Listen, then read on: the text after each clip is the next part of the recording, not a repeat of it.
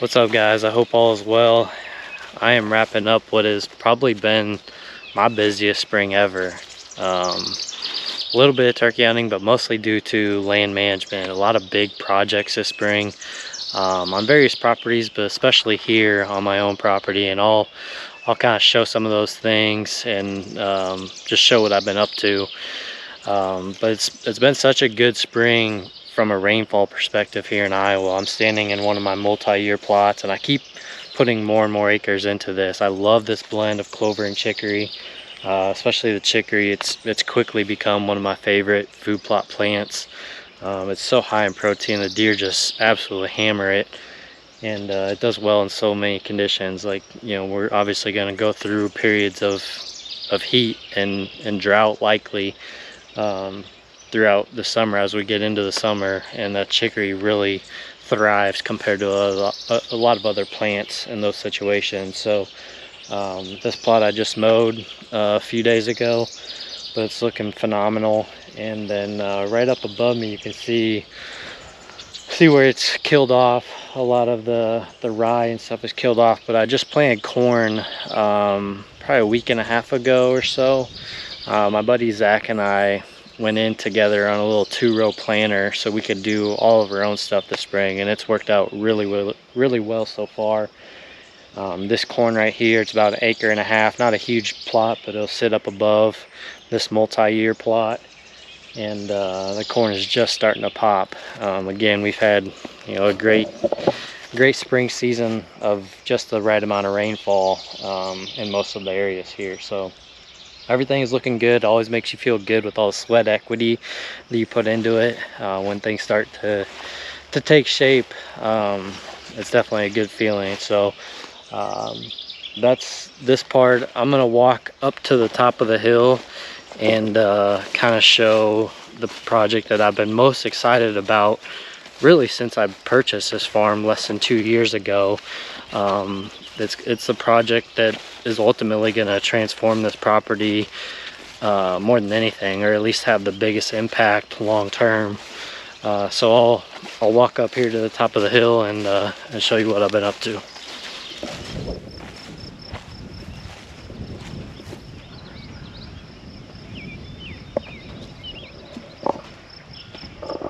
Well, obviously it doesn't look like much, but I'll kind of walk through it. I'll try to show some aerial shots too of what it will look like in the future. But this is a big, basically a 40-acre tillable field that I have completely taken out of tillable production and put into a CRP program, or actually a couple different CRP programs. So this outer edge here is a tree planting program.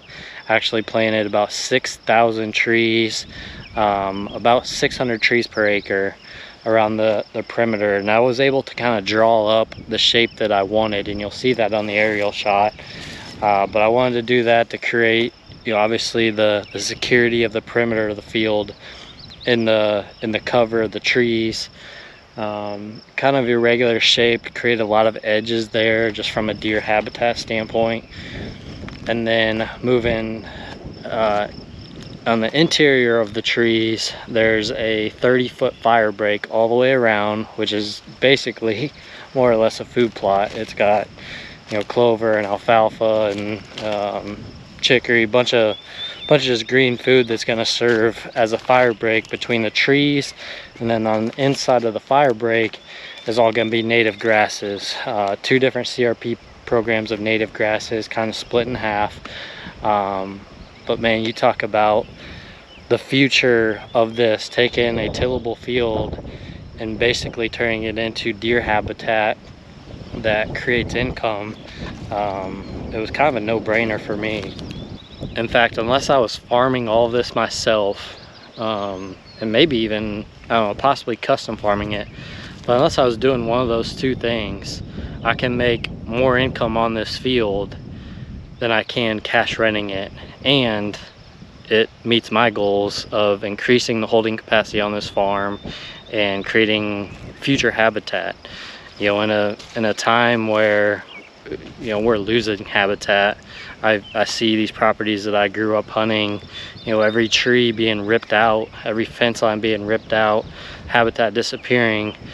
It does feel good to be putting habitat in, taking, again, a tillable field and making it almost 100% deer habitat, and basically a huge future improvement for this farm. And certainly trees are going to take a long time to grow. However, just because they're not going to be huntable trees or whatever doesn't mean they're not going to be habitat short term. I mean, this field is going to hold deer within a couple of years. Once those native grasses start to come up, these trees start to grow, it's not going to take very long before this becomes deer habitat. It's going to keep getting better and better over the years. I've been fortunate for the past 10 or 12 years to hunt farms that have similar setups to this, as far as the planted trees, and watch them grow and change, and just the amount of deer that utilize these areas has always been impressive to me. So again, this was kind of a no-brainer for me to take this field and turn it into what I've laid out right here. As far as the tree planting itself, this was a pretty big undertaking. Obviously, it's a lot of trees. I was fortunate enough to utilize my buddy's equipment for this. I've planted a lot of trees with that tree planter and that tractor attachment tree planter for other landowners, and so I was very familiar with it, but I was able to use it for this project and utilize some helping hands, as far as someone to hand me the trees while I stick them in the ground. And we completed this over the course of a couple of days. With regards to the species, there's a little bit of everything out here. I went heavy on the oaks for sure. There's white oak, swamp white oak, bur oak, some red oak. There's a little bit of white pine I threw in there, some cherry trees, some walnuts, some black walnuts, some wild plum. A really good variety in my mind. A lot of it, some of it's going to be good future tree value way down the road, but certainly a lot of it is going to be good wildlife value too. So excited just to watch these things progress, watch them grow. So far they look really good. A lot of these, when I planted these, none of them were leafed out. When you look down these rows, and almost every single one is leafed out now. Again, been a good spring for a project like this in terms of rainfall. It looks like these trees are taking well. Like I said earlier, you plant 600 trees per acre with the expectation that some are going to fail, some are going to get browsed hard. Obviously, I didn't tube any of these. You're basically planting at a higher quantity with the expectation that some aren't going to make it, but you're still going to maintain a good number of trees, 400 plus trees per acre. And so far these look really good. So I can't tell you how excited I am about this project. I've been looking forward to this for a long time. I think this is going to completely transform this farm. It's already a really good hunting farm, but future value, whether I own it or someone else owns it, it's going to be a killer little hunting piece for sure.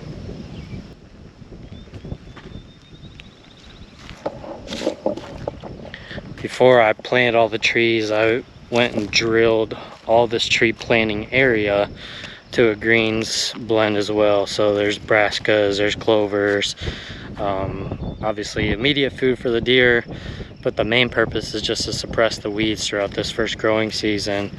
Let those trees try to grow as much as possible competition free from the weeds.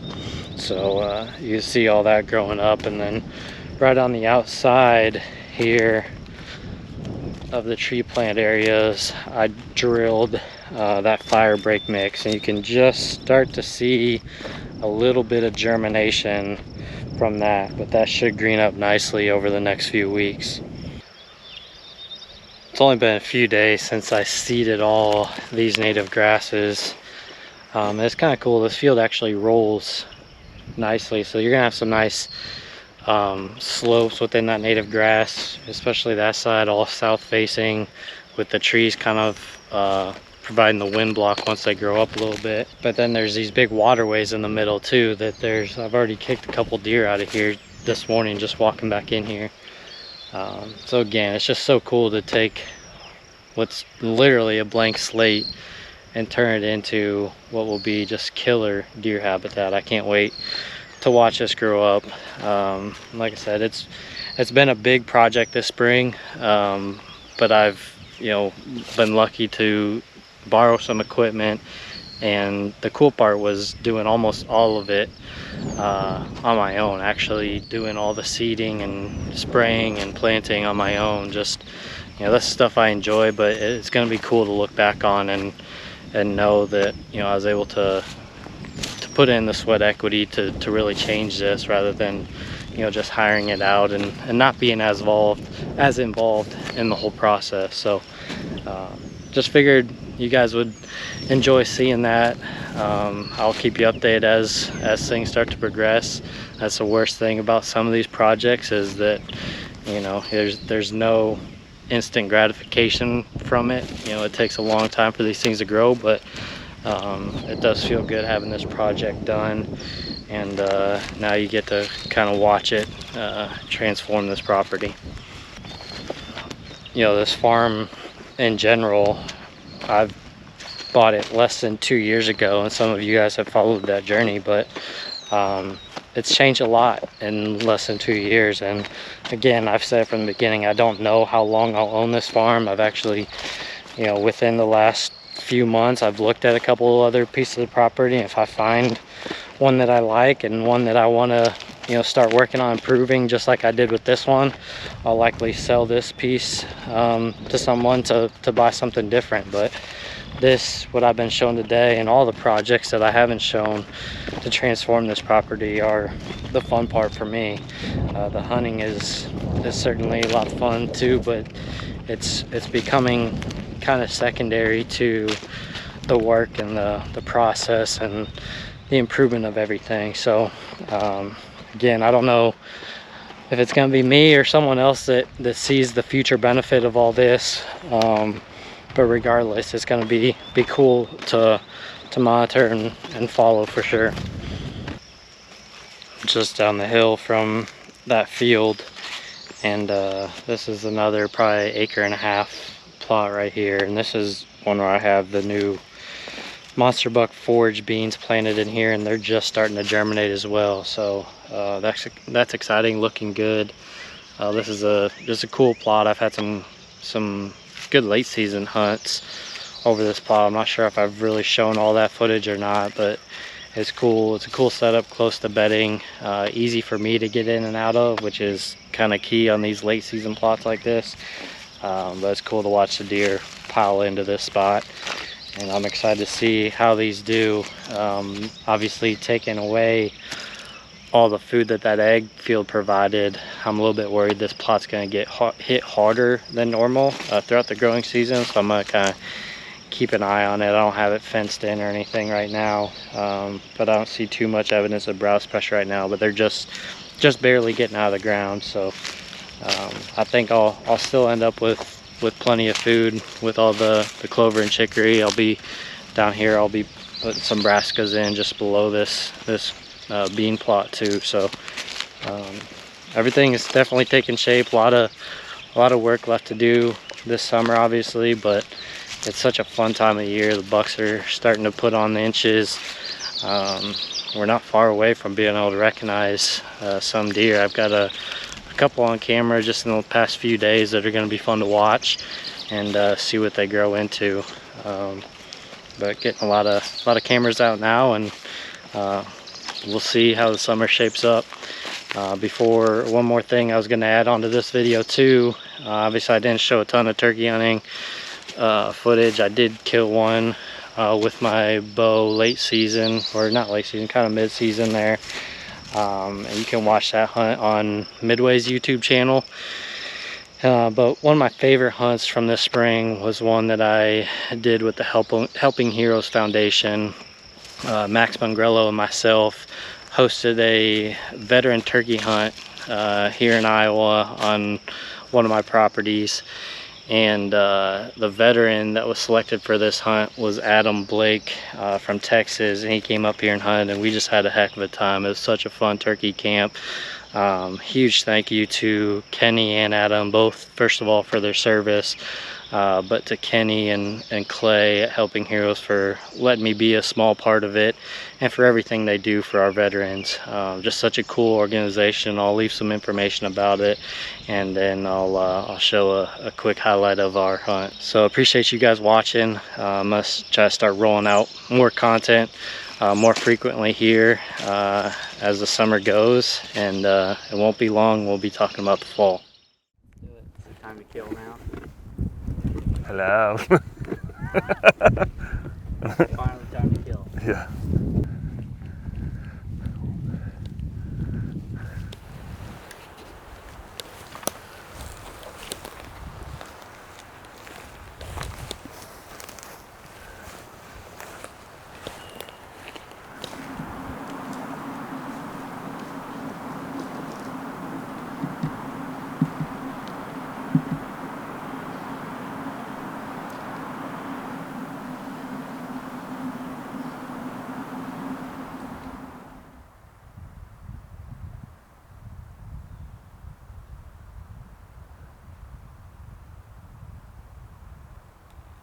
I think he's moving right to left. I don't see him right now. He may be walking over kind of like between us and where Jay is. There they are.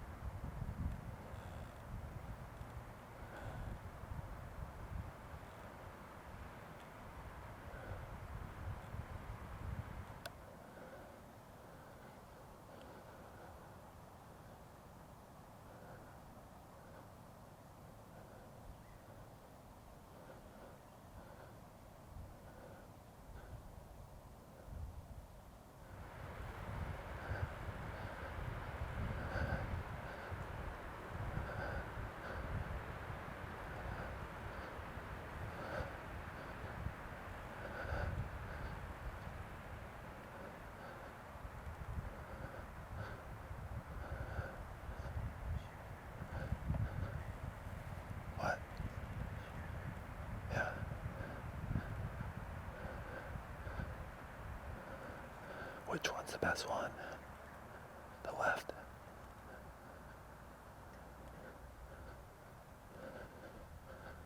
Oh, dang.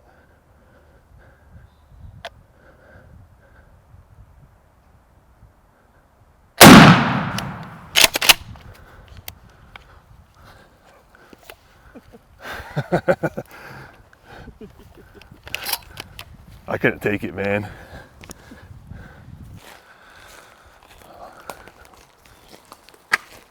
Yeah. I was like, man, should I let him like nah. I had a clear shot on the lead bird. You wanted to shoot. Boom! Oh, I didn't hear. Big bird. That's a long beard. Oh man, good times. Yeah, I saw him coming. Dude, he saw him from, he said 200 something. I said, huh? Yeah, I mean, I saw movement and I put my binos up, and once they hit that green field, I saw movement. So I guess they were in that timber over there. They got a bird. No way, got it? Yeah, man. There he is. Spot and stock? How long we been here? 5 minutes. 30 minutes? Yeah, we set up and then waited a couple minutes and called, and then 2 minutes later I saw him, and that's it. First set. Well, I just got some buffalo trace for us all shares. Well, that's good. I guess the good luck was you staying out. No, just kidding. I know, that's what I said. I said I'm the bad luck charm. Yeah. Well, cool, man. We'll take care of this and we'll meet you at the house. Back at camp. Yeah, I'll see you. Later. All right, bye.